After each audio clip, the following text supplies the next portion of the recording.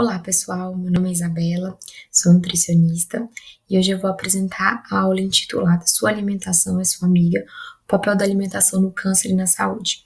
Eu quis trazer um pouquinho para vocês nessa aula um tema tão importante que é a alimentação e como que a alimentação está relacionada com o câncer, que são estudos que vêm sendo desenvolvidos aí ao longo dos anos.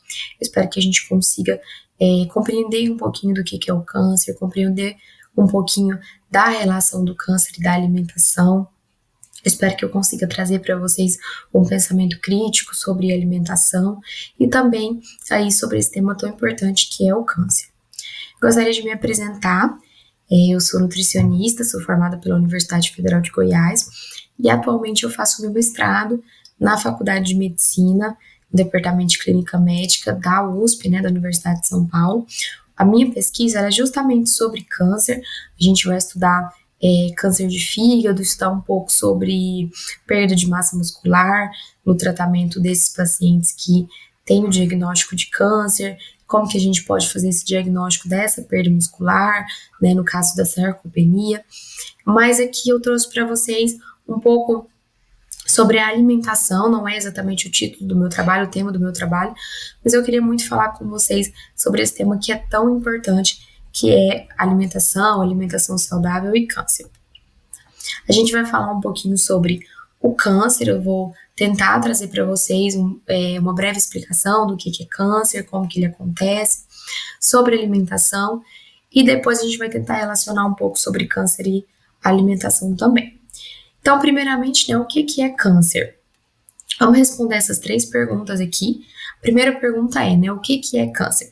Então, em uma definição mais robusta, o Instituto Nacional do Câncer, que é o INCA, ele traz que o câncer é um termo que vai abranger mais de 100 tipos de doença, que são doenças malignas. Então, a gente tem tumores benignos e tumores malignos. Esse tumor maligno a gente define como câncer. E ele vai ter uma capacidade de crescimento desordenado, de invasão de tecidos e de órgãos que estão à distância ali daquele órgão primário, ele vai se dividir rapidamente, são células que elas tendem a ser agressivas, incontroláveis, que formam ali o tumor, podendo se espalhar por outras regiões. Pensando numa questão de nomenclatura, só para trazer para vocês a título de curiosidade, quando a gente tem um câncer que ele se inicia ali em tecidos epiteliais, como a pele, a mucosa, a gente denomina de carcinoma. Quando esse ponto de partida, esse início, é um tecido conjuntivo, como o osso, um músculo, uma cartilagem, a gente chama de sarcoma.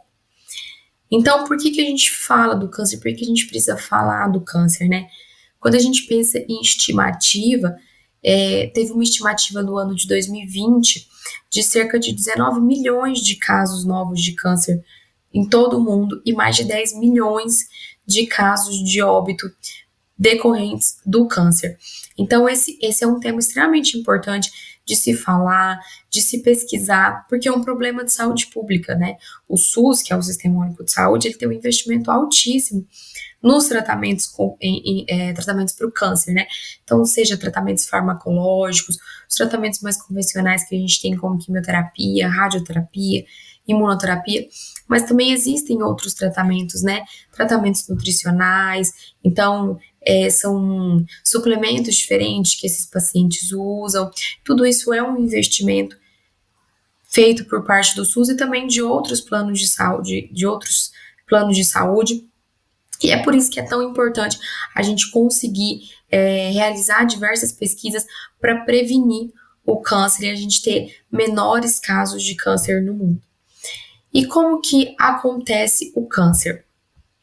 Então, pensando na questão do que é o câncer mesmo, como que surge ele vai surgir a partir de uma mutação genética.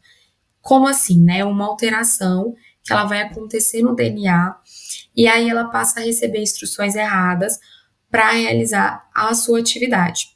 E essas alterações, elas podem ocorrer em genes especiais, que são denominados proto-oncogenes, que eles a princípio estão ali inativos em células normais, mas que quando eles são ativados por conta de um agente, né, que vai interferir, ele vai passar a gente chama de oncogênese, né, que vai ser responsável por transformar as células normais em células cancerosas. Um exemplo que a gente tem muito estudado há bastante tempo é a proteína P53, que ela é uma proteína que está muito relacionada, que está relacionada à questão da supressão tumoral. Então, quando a célula começa a ter uma multiplicação ali e é visto que essa multiplicação está errada, essa multiplicação não está de acordo com o que deveria estar, essa proteína P53 ela vai induzir essa célula a um reparo ou a uma apoptose. Se essa proteína ela tem algum tipo de mutação, né, ela sofre algum tipo de mutação, é uma chance muito grande ali de levar, né, muitas vezes a um câncer, porque quando começar a acontecer uma replicação ali da célula, como uma multiplicação ali da célula, e a gente não tem essa proteína para poder identificar esse erro, essa célula ela vai começar a se multiplicar de forma desordenada, podendo vir a formar um tumor. Esse processo, né, todo esse processo que acarreta na formação do tumor, a gente chama de carcinogênese.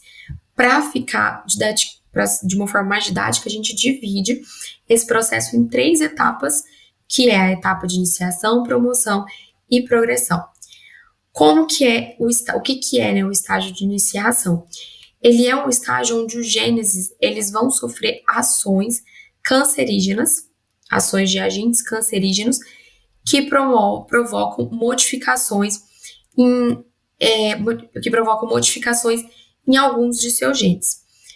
O que acontece? Nessa fase, a célula vai se encontrar geneticamente alterada, mas a gente ainda não consegue detectar um tumor clinicamente. Está ali preparado, iniciado para a segunda parte, que é a parte da promoção.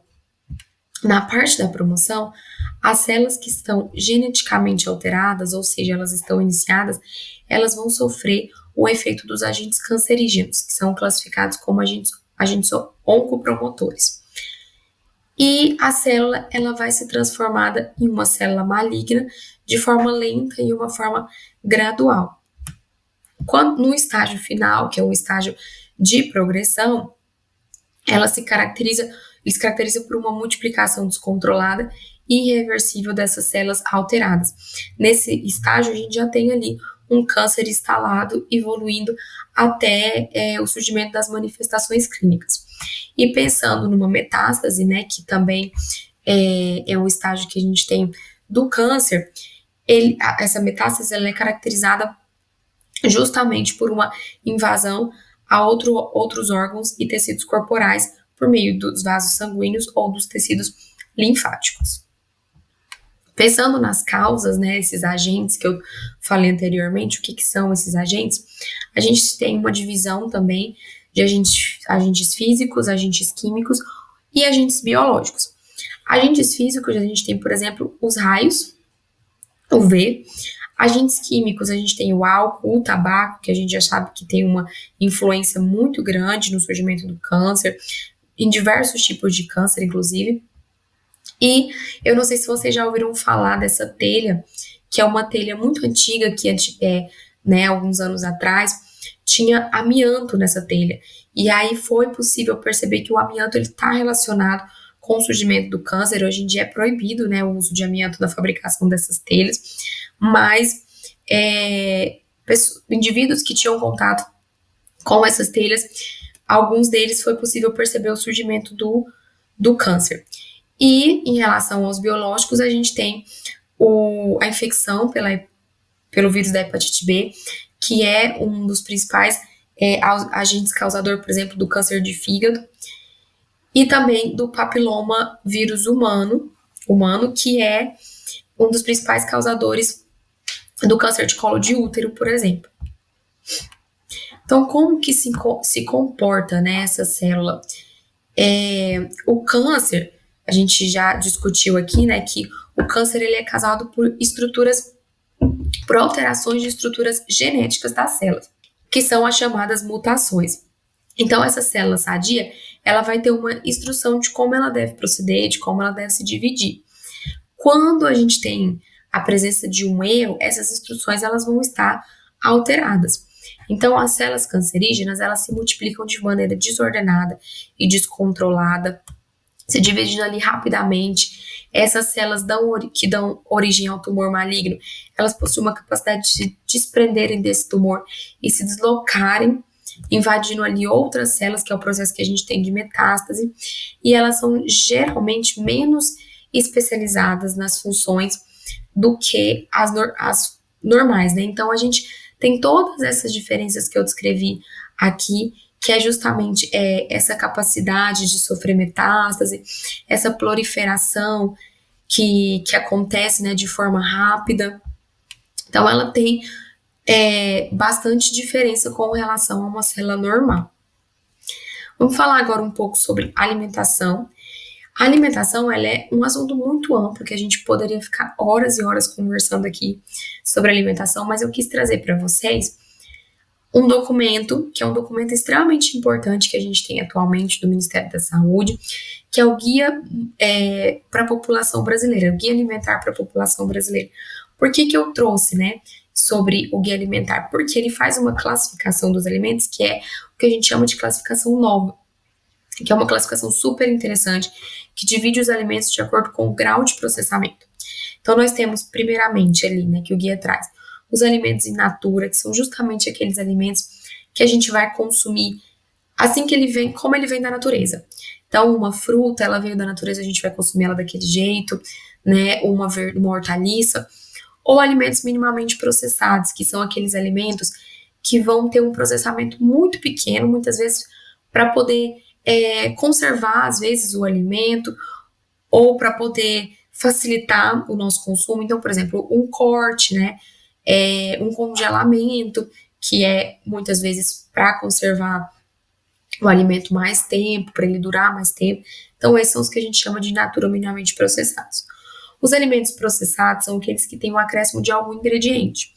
Então, o acréscimo do sal, o acréscimo de açúcar, que também muitas vezes é realizado para conservar esse alimento. Agora, os alimentos ultraprocessados, eles são aqueles alimentos muitas vezes feitos na indústria, com aditivos da indústria, que tem pouco ou quase nenhum ingrediente in natura. E por que a gente precisa prestar bastante atenção na questão do consumo dos alimentos in natura?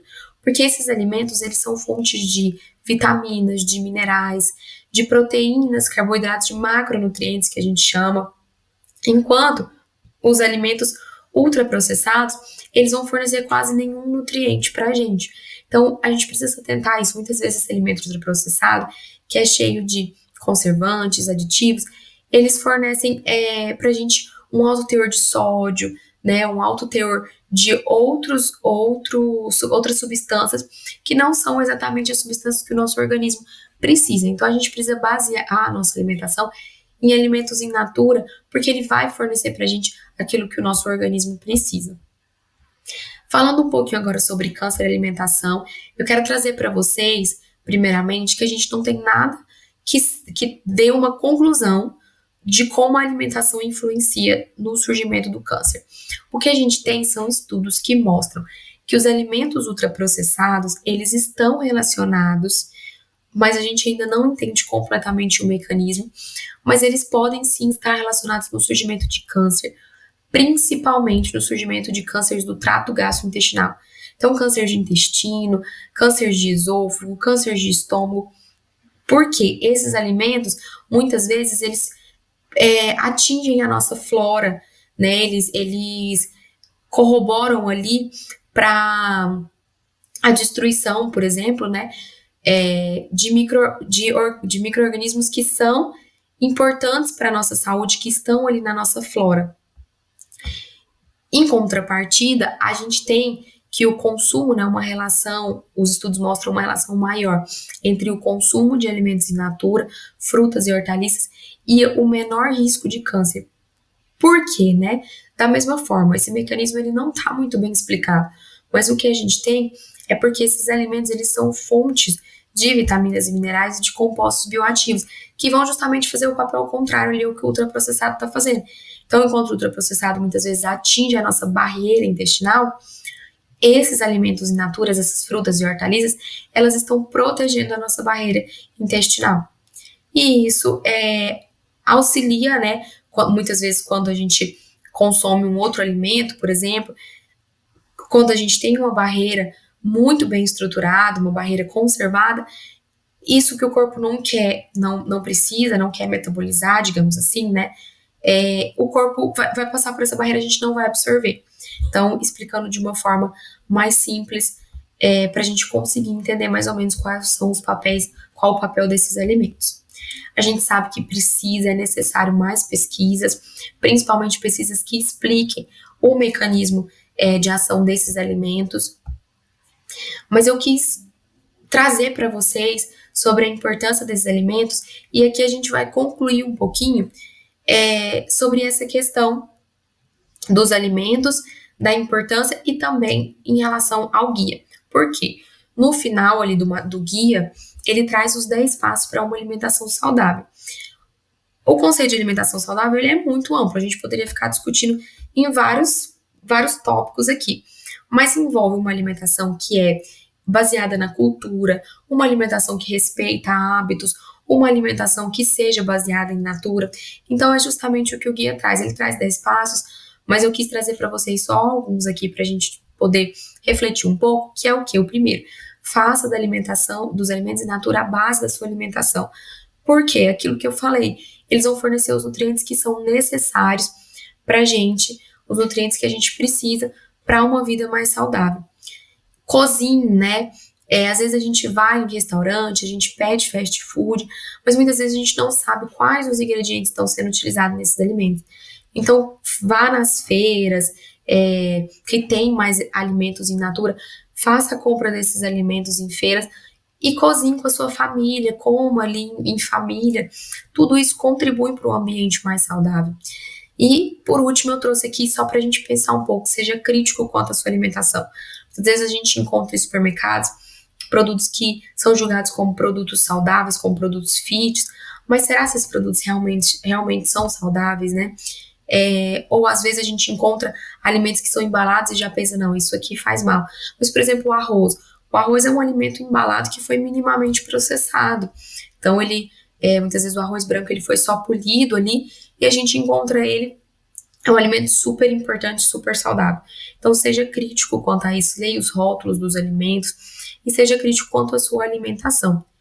E aí, por último, eu trouxe aqui, aqui são as referências que eu utilizei dos estudos. Se alguém tiver alguma dúvida, pode entrar em contato, vou deixar meu contato aqui no final.